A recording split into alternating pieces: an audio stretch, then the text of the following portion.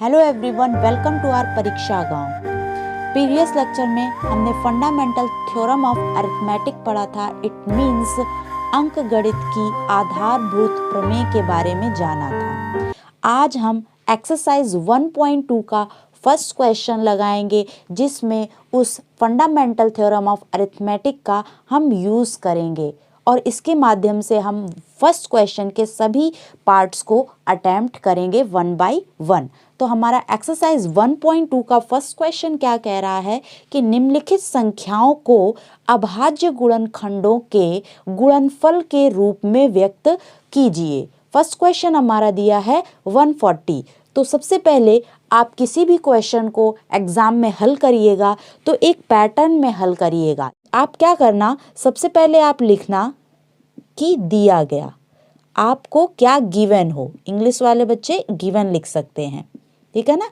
क्या चीज़ हमें दिया गया है, तो सबसे पहले आप दिया गया में क्या लिख रहे हो, 140 लिखोगे। फर्स्ट क्वेश्चन में हम क्या करेंगे, 140। और 140 यहाँ पे क्या है, ये एक भाज्य संख्या है। कौन सी संख्या है, भाज्य संख्या आपको दी गई है 140। भाज्य संख्या क्यों है, आपको पता है, क्योंकि ये स्वयं से भी डिविजिबल है, 1 से भी डिविजिबल है, इसके अलावा ये अदर नंबर से भी डिविजिबल है, मतलब विभाजित कर सकते हैं, ठीक है ना। और आपसे पूछा जो गया है, it means to find. English वाले बच्चे लिख सकते हैं टू फाइंड क्या करना है, इट मीन्स हिंदी में कह सकते हैं ज्ञात क्या करना है। ज्ञात आपको क्या करना है, अभाज्य गुणनखंडों के गुणनफल के रूप में आपको व्यक्त करना है 140 को। इट मीन्स आप कह सकते हो कि यहाँ पे आपका अभाज्य गुणनखंड आपको ज्ञात करना है। अभाज्य गुणनखंड प्रत्येक संख्याओं में यही आपको ज्ञात करना है। नेक्स्ट अब आप लगाओगे हल, इट मीन्स सॉल्यूशन। अब आपको सॉल्यूशन करना पड़ेगा ना इसका, तो नेक्स्ट स्टेप आप लिखोगे सॉल्यूशन, इट मीन्स हल।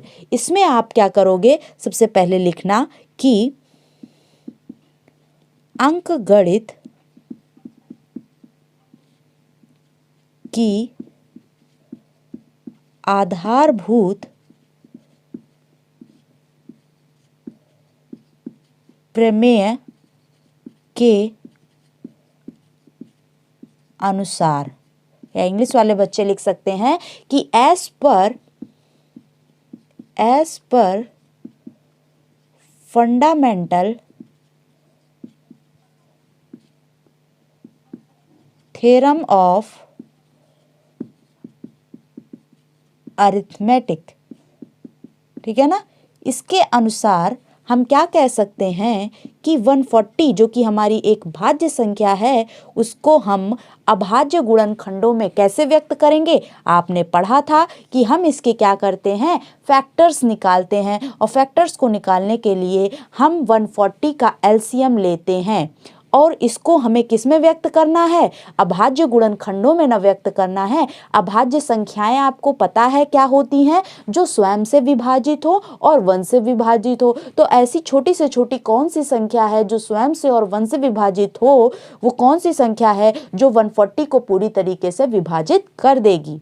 एग्जैक्टली सही आप कह रहे हो कि दो आपकी जो है वो एक अभाज्य संख्या है और ये 140 को पूरी तरह से विभाजित कर रही है। तो 2 7 आ जाएगा 14 और 0 लग जाएगा। अब इसके बाद किससे ये चली जाएगी, ये फिर 2 से चला जाएगा, 2 3 6 हो जाएगा, 1 7 और 2 5 10 हो जाएगा। नेक्स्ट हमारा फिर किससे जाएगा, 3 से जा नहीं सकता, और उसके बाद 3 के बाद हमारी कौन सी अभाज्य संख्या है जिससे 35 हमारा चला जाएगा, तो वो हमारी है 5 7 35, 5 7 35। नेक्स्ट हमारा ये 7 से ही जाएगा। तो अब हम 140 को अभाज्य गुणनखंडों के रूप में लिख सकते हैं। अभाज्य संख्या में कौन कौन सी मिली, 2 2 2 इंटू 2 इंटू 5 इंटू 7। तो इस प्रकार से हमने 140 को अभाज्य गुणनखंडों के गुणनफल के रूप में क्या कर दिया, प्रदर्शित कर दिया। बस हमें यही करना था। इसको आप बस इस तरह से भी लिख सकते हो। कैसे लिखोगे, जैसे कि यहाँ पे 2 जो है वो कितनी बार है, 2 बार है ना, तो 2 लिखो, जितनी बार आया है उसको घात लगा दो, इट मीन्स जितनी बार आया है उसकी पावर उतनी बार लिख दो। 2 बार आया है तो इसकी पावर क्या लगा दो, 2 लगा दो, पावर बोल दो या घात हम कह सकते हैं। इनटू क्या कर दो, ये 5 एक ही बार है और 7 भी एक बार है। तो इस प्रकार से आप लिख दोगे और बस आंसर यहाँ पे लिख दोगे कि हम 140 को इस रूप में प्रदर्शित कर सकते हैं, यही आपसे पूछा गया है। तो इस पैटर्न में यदि आप आंसर देते हो एग्जामिनर को तो आपका एक्सप्रेशन अच्छा पड़ेगा, 1 नंबर एक्स्ट्रा भले ही ना मिले लेकिन उसकी आपके पेपर को देखने का नज़रिया उसके लिए बदल जाएगा। ठीक है ना। चलते हैं हम अपने नेक्स्ट पॉइंट को सॉल्व करते हैं जिसमें हमारा 156 दिया है। 156 हमारा भाज्य संख्या गिवन है। अब इसमें ये आप वैसे ही लिख लीजिएगा, हम इसको यहाँ से बताने की कोशिश करते हैं आपको।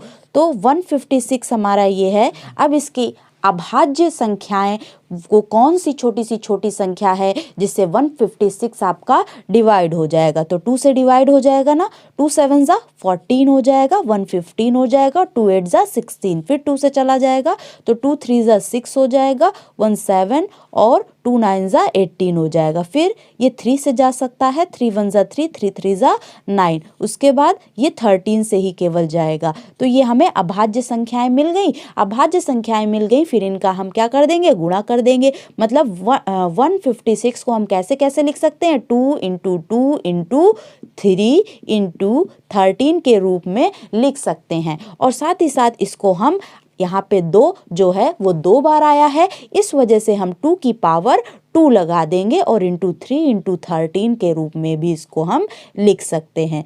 तो आंसर आपका ये आ जाएगा 156 का। नेक्स्ट हमारा क्या पूछ रहा है उसमें चलते हैं। नेक्स्ट वाला हम ये आता है थर्ड पॉइंट में हमारा क्या दी गई है भाज्य संख्या 3825। ये भाज्य संख्या दी गई है, इसको अभाज्य गुणनखंडों में यहाँ पे भी प्रदर्शित करना है। तो फट से हम क्या करते हैं, 3825 में छोटी सी छोटी अभाज्य संख्या कौन सी है जो कि इसको डिवाइड कर जाए, जल्दी से बताइए। एग्जैक्टली 3, 3 एक कम 3, 3 दूनी 6, 7 8 मतलब 2 आ जाएगा, 3 सते 21, 21 1 22, 3 पचे 15, फिर 3 से जाएगा, 3 चौको 12 और 3 दूनी 6 और 1 7, 3 पचे 15। उसके बाद कितनी बार जाएगा, 3 बार नहीं जाएगा तो 5 बार जाएगा, तो 15 40 हो जाएगा, 40 और 2 पचम 25 आ जाएगा। उसके बाद फिर 5 बार जाएगा, 5 एक कम 5, 3 जाएगा और 5 सते 35, अब हमारा 17 बार ही जाएगा। तो इस प्रकार से हम 3825 को हम अभाज्य गुणनखंडों में कैसे लिखेंगे, 3 इंटू 3 इंटू 5 इंटू 5 इंटू 17 के रूप में लिख सकते हैं। और इसको हम 3 कितनी बार आया है, 2 बार आया है, तो इसकी घात क्या लग जाएगी, 2 लग जाएगी। इंटू 5 कितनी बार आया है, 2 बार आया है, तो इसकी घात 2 लग जाएगी और इंटू 17 इस रूप में हम लिख देंगे और आंसर लिख के चले आएंगे। नेक्स्ट हम लेते हैं फोर्थ पॉइंट को। तो फोर्थ पॉइंट हमारा कौन सा दिया है, 5005।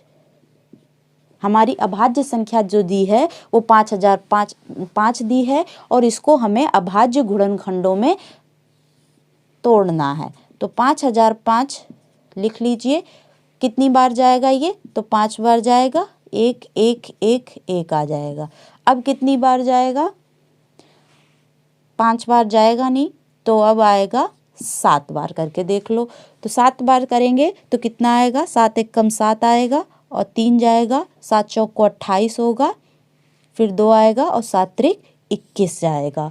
उसके बाद कितनी बार जाएगा, तो उसके बाद 13 टाइम्स जाएगा, 13 1 जा 13 और 114 हो जाएगा, 13 1 जा 13 11 आ जाएगा, 11 आ जाएगा। उसके बाद 11 टाइम्स ही जाएगा, 11 1 जा 11 आ जाएगा। तो हम 5005 को 5 इंटू 7 इंटू 11 को पहले लिख लो, सीरीज में लिख ले, इंटू 11 इंटू 13 हो जाएगा। तो ये इसका आंसर आ जाएगा, ठीक है ना। नेक्स्ट पॉइंट पर आते हैं। हमारा नेक्स्ट पॉइंट जो है फिफ्थ वाला है। तो जल्दी से हम इसके भी फैक्टर करते हैं। 7, 4, 2, 9 है और इसको हमें अभाज्य गुणनखंडों में तोड़ना है। तो 7, 4, 2, 9। तो जल्दी से बताइए ये सबसे छोटी अभाज्य संख्या कौन सी है जो इसको पूरी तरीके से डिवाइड कर दे।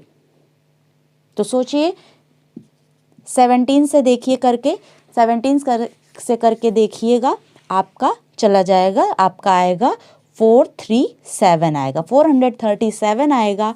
और उसके बाद आपका 19 से जाएगा, 19 से जब आप करोगे तो आपका 23 आ जाएगा और 23 तो 23 से ही केवल जाएगा तो आपका 1 आ जाएगा। तो इस प्रकार से आपका 7429 के आपके फैक्टर्स क्या आ गए, 17 इंटू 19 इंटू 23।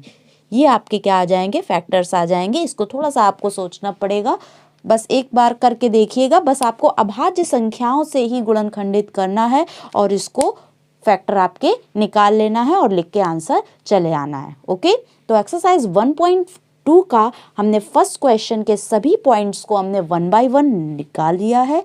चलते हैं अब नेक्स्ट वीडियो में मिलेंगे, एक्सरसाइज 1.2 के सेकेंड क्वेश्चन को वहाँ पे सॉल्व करेंगे और कुछ उससे बेसिक कॉन्सेप्ट्स को भी वहाँ पे हम सीखेंगे। Okay, thank you.